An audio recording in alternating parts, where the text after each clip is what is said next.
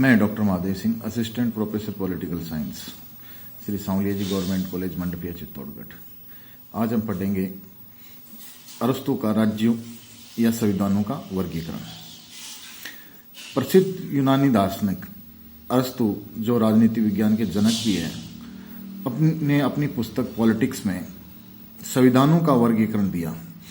अरस्तु के लिए संविधान और राज्य पर्यायवाची है, क्योंकि अरस्तु मानते हैं कि राज्य का आधार होता है वो संविधान होता है, और संविधान के अंदर परिवर्तन यानी संविधान के स्वरूप में किसी भी प्रकार का परिवर्तन होता है तो निश्चित रूप से वो राज्य में भी परिवर्तन होता है।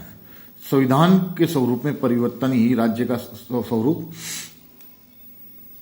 परिवर्तित करता है। संविधान में परिवर्तन का अर्थ है राज्य में परिवर्तन। इस प्रकार राज्यों का वर्गीकरण एक तरीके से देखा जाए तो संविधानों का वर्गीकरण है, संविधानों का वर्गीकरण राज्यों का वर्गीकरण है। अरस्तु ने अब 158 देशों के संविधानों का कंपैरेटिव स्टडी करके अपनी पुस्तक पॉलिटिक्स में राज्यों का वर्गीकरण प्रस्तुत किया। उनका जो राज्यों का या संविधानों का जो वर्गीकरण है उसके दो आधार बताए उन्होंने कि संप्रभुता का निवास कहाँ है और शासकों का उद्देश्य क्या है, शासन का उद्देश्य क्या है। कि संप्रभुता एक व्यक्ति में निहित है या कुछ व्यक्तियों में निहित है या सब व्यक्तियों में निहित है। इस आधार पर उन्होंने 3 कैटेगरी बनाई, और इन 3 कैटेगरी में ही उन्होंने कहा कि उन शासकों का उद्देश्य क्या है, विशुद्ध सार्वजनिक हित है या व्यक्तिगत स्वार्थ है, या शुद्ध उद्देश्य है या परवर्टेड उद्देश्य है, प्योर इंटरेस्ट है, ऑब्जेक्टिव है या परवर्टेड ऑब्जेक्टिव है। इसके आधार पर हम देखते हैं कि उन्होंने 3 शुद्ध उद्देश्य वाले और 3 अशुद्ध यानी परवर्टेड ऑब्जेक्टिव वाले राज्यों का संविधानों का वर्गीकरण किया। हम देखते हैं कि पहला है कि अगर एक व्यक्ति का शासन है और वो शुद्ध सार्वजनिक हित के अंदर शासन करता है तो इस प्रकार के शासन को अरस्तु ने राजतंत्र की श्रेणी में लिया है। राजतंत्र मतलब राजा का शासन, और राजा अगर प्रजा को अपने परिवार की तरह पालता है, परिवार की तरह रखता है, तो इस प्रकार का जो राजतंत्र है वह शुद्ध राजतंत्र होता है, शुद्ध शासन होता है, और इसमें ये लोक कल्याणकारी जनहितकारी शासन होता है। अब अगर राजा किसी भी कारण से मान लीजिए विचलित हो जाता है, भ्रमित हो जाता है, भ्रष्ट हो जाता है और एक अधिनायकवादी रूप धारण कर लेता है, तो इस प्रकार का जो शासन होता है वो राजतंत्र निरंकुश तंत्र में परिवर्तित हो जाता है।